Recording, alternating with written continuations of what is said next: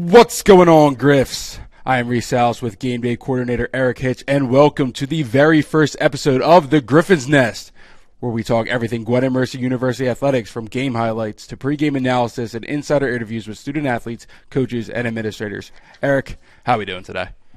Great. I'm very excited to officially get the Griffins Nest underway. I know it's been teased, had little snippets over the summer, but now we officially are announcing that we are doing a podcast weekly, and excited to talk everything Gwinnett sports. Day one of this adventure. It's going to be a good one. For the very first segment of the Griffin Nest, we are going to go over the players of the week in the Atlantic East Conference for your Gwinnett Mercy Griffins. First, we'll start with men's soccer. Goalie John Wagner got Defensive Player of the Week with a record of 1-0-1, 10 saves, and 1 shutout. Yeah, Reese, going off that, this is John Wagner's first time being in the Atlantic East Conference men's soccer weekly honor roll, as he finished with, again, the Defensive Player of the Week. He finished with 10 saves and a 1 win, 0 losses, 1 tie week, including a shutout against AEC rival Immaculata University, which took place on October 14th. So congratulations to John. And John, I know you personally. Hell of a job. All right, next up we have women's soccer, where we added 2 players that got the Atlantic East Conference weekly honor roll. First, we have Bethany Beinlich, who recorded 1 game-winning goal with 2 points and 4 shots, and goalkeeper Madison Ron, who had also had a 1-0-1 record and 16 saves. Yeah, Madison Ron has been on a tear recently in goal for the Griffins, as this is her third straight appearance on the Atlantic East Conference Women's Soccer Weekly Report. And Bethany Beinlich, as conference games, as we all know, are crucial to getting any point you can. And the game-winning goal was a 1-0 league triumph over Immaculata University on October 14th. So, again, congratulations to both Bethany and Madison. I don't think there's anything better than a game-winning goal. And 3 weeks in a row, the weekly honor roll, that's amazing. And last but not least, we have volleyball, where we had Charlotte Pugh honoring weekly honor roll with 34 digs, 2 kills, and 2 assists. 34 digs. How about that, Eric?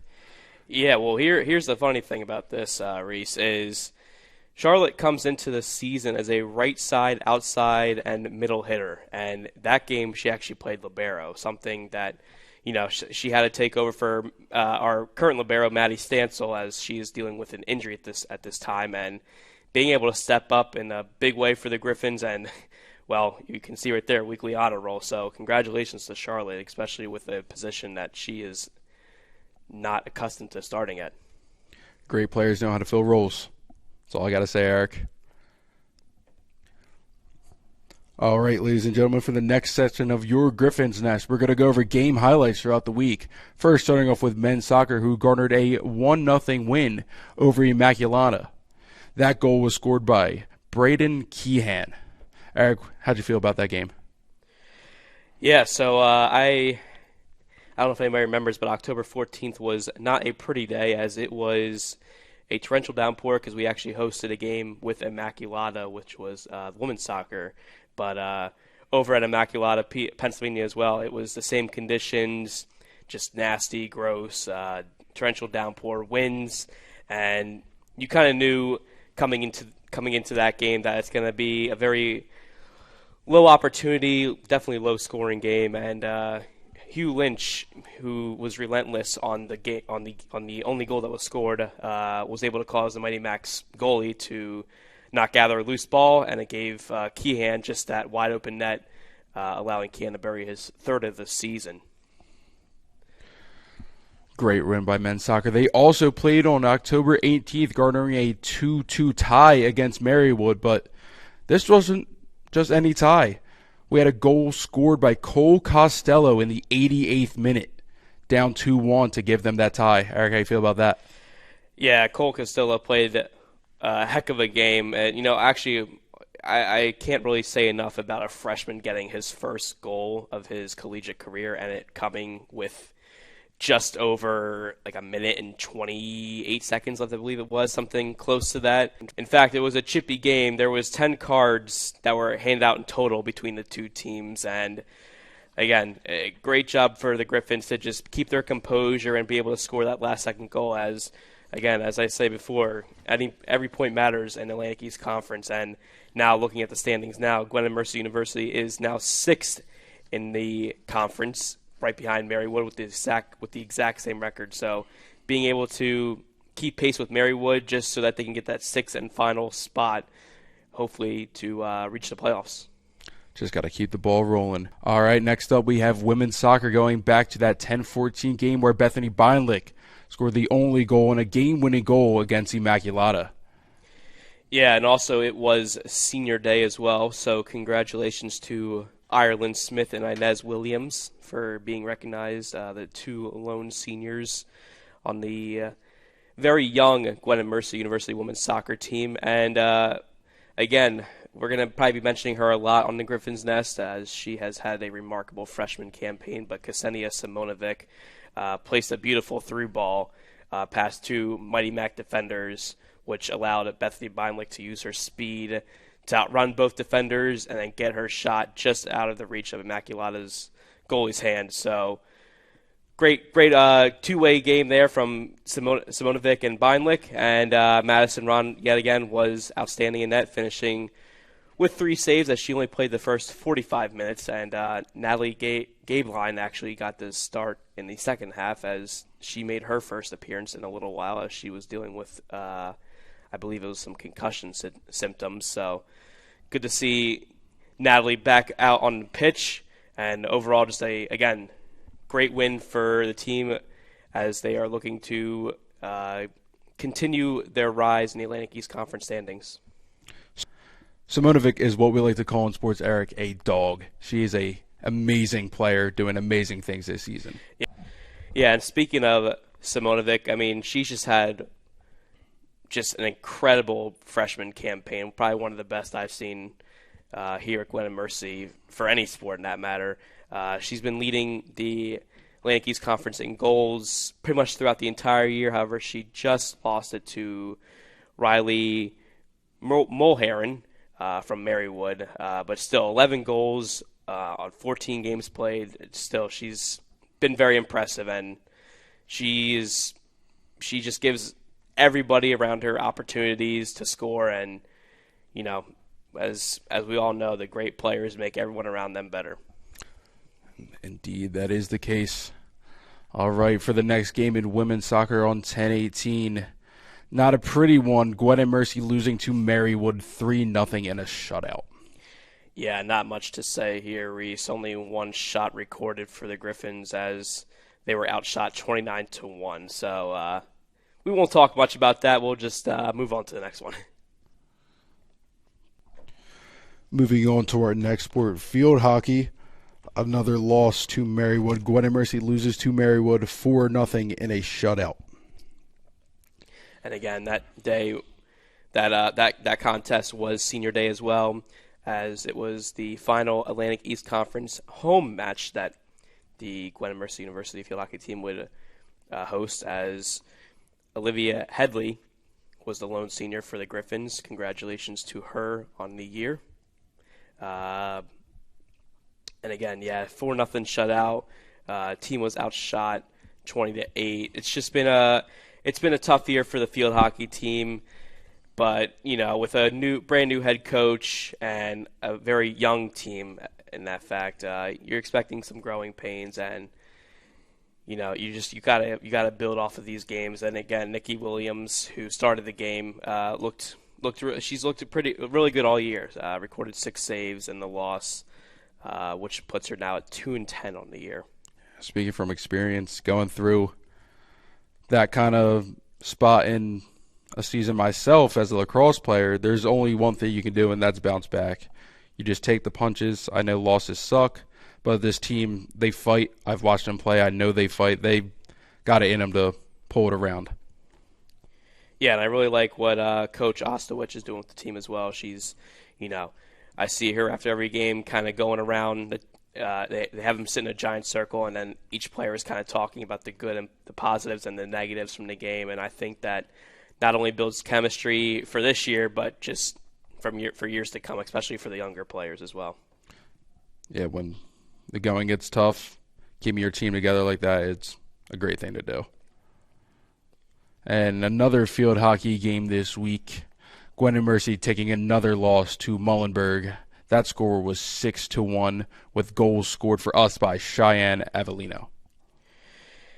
Yeah, unfortunately for all of the Griffins fans in attendance, this was the final home game, and it was one not to remember as Muhlenberg kind of just dominated the game throughout the contest. Again, Cheyenne did get on the board. I believe it was Laura Filchner who actually assisted. Looking right now, no, excuse me, it was Haley Crosby. So, again, one of the young players, the freshman. Again, the team is showing signs of improvement each and every week. Maybe the scoreboard doesn't show it, but again, this kind of year is a rebuilding year, and something like that is something to build on for not only next game, but for next season. Now moving on to volleyball, who only had one game this week, winning that game 3-1 against Marywood, with Ashley Brown, the senior, leading the team with 12 kills. Yeah, Ashley Brown has been on a tear lately, and she's actually, spoiler alert, closing in on top 5 in kills all time for Gwen Mercy University. She should reach that either tonight, as we're recording on October 19th, or she'll reach it on Saturday, October 21st. So, looking forward to a top 5 record set by senior captain, and honestly, she's been just a vocal leader throughout her time here at Gwen Mercy, Ashley Brown. So, congratulations to Ashley Brown. Ashley, we're patiently waiting for you to crack that top 5 spot. Congratulations. All right, in our next segment, we're going to tell you guys the upcoming games for your Griffins. We have cross country at Lebanon Valley College in the Last Chance Run Fast Meet on the 20th at 4:30. Then on Saturday, the 21st, we have field hockey at Cabrini at 12. We have men's soccer versus Newman on their senior day at 1. We have women's soccer at Newman at 1. And we have volleyball versus Immaculata here at 2 p.m. Yeah, I mean this is crunch time for all teams here, other than cross country, who doesn't really play in a conference, to say the least. As again you said, women will start at 4:30, men start at 5:15. But all these games here, especially the soccer and volleyball games, the standings are close right now for all teams, and especially on senior day as well. Every team wants to win on senior day, give back to the seniors that they've given to the program. So we'll see if top-ranked Newman in the conference can get upsetted by the men's soccer team on October 21st. Yeah.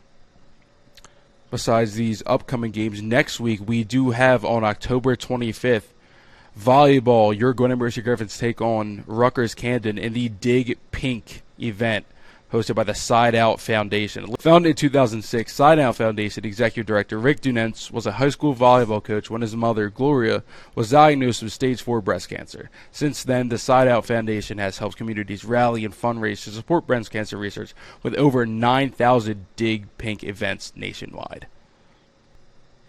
Yeah, and if you're also interested at all in, making a donation to this incredible charity, Side Out Foundation Dig Pink event. If you go to the volleyball homepage on GwinnetAthletics.com, you will see it's the first, right now on October 19th, it is the first article, and there's a link embedded in the article that allows you to donate. Again, any dollar amount helps with the foundation, and we hope to see you October 25th in the Griffin Complex, and make sure to wear your pink to support breast cancer awareness. And then finally, our little house cleaning we have here is October 17th through the 19th, so today is actually the last day, but it was the 6th Annual Diversity and Inclusion Social Media Campaign hosted by the NCAA Minority Opportunities and Interest Committee. And my co-host over here, Reese Salas, was in charge of putting that together. Reese kind of talked to me about, you did some great work with some graphics, also a little video of people saying they belong because, and then also coming out a roundtable of people's experience throughout the community and just in general. Tell me about the whole process going into the social media campaign and just your overall thoughts of how it went. Yeah, firstly, I want to thank all the student athletes and administrators that helped me with this process. The videos that we put out wouldn't have been made without them. So first, I want to thank them.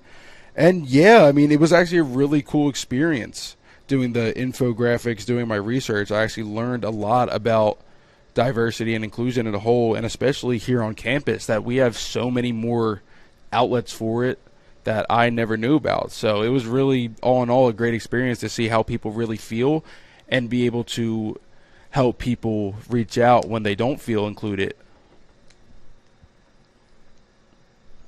All right, that is awesome. Again, we really appreciate all that you did with the Diversity and Inclusion Week there. All right, ladies and gentlemen, once again, thank you for joining us in the first episode of the Griffins Nest. We look forward to future episodes and victories, and if there are any topics that interest you or you want to hear, please feel free to contact the athletic communications intern, myself, Reese Salas, or game day coordinator Eric Hitch. And most of all, guys, go Griffs!